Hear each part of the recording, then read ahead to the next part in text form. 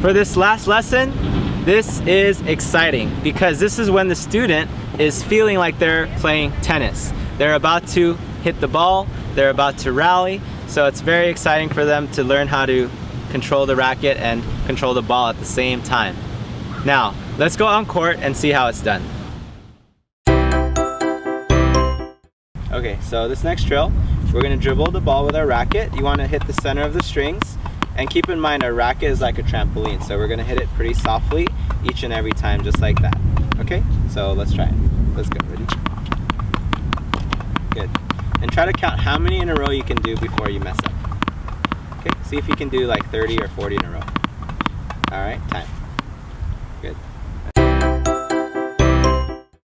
Okay, so this one we're going to have our palm facing the sky, racket on top, and you're going to dribble the ball in the air in the center, about a foot off the racket, so about the height of your head. Just like that. So same thing, keep it soft and stand in one spot for this one. Okay, now you try. Okay. Awesome. Good, just like that, and stop. Alright Kyle, so this one we're going to practice something called a forehand. What I'm going to do is I'm going to bounce the ball to you, and all you're going to do is tap the ball with your racket strings back to me so that I can catch it. So you want to go very soft because the ball goes really far. Okay? Ready? Okay, so you're going to stand sideways. You're going to put your racket out here at contact.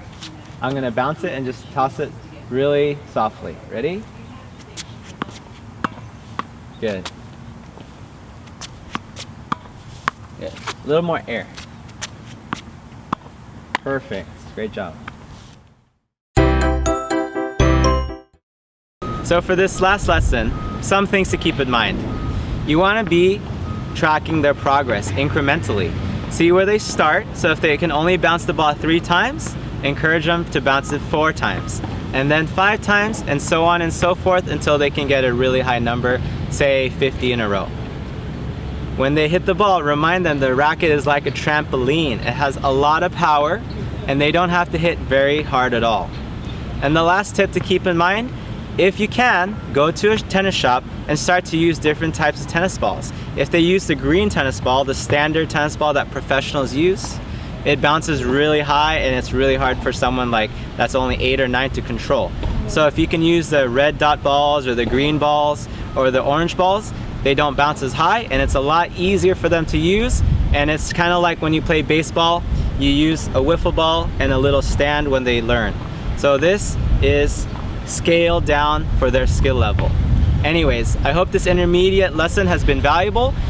Once they get a hang of that, I really highly recommend you try the advanced drills. It'll just take your athlete to the next level. It's a lot of fun and it's really good for the student to develop their next set of skills. So thank you guys and stay tuned.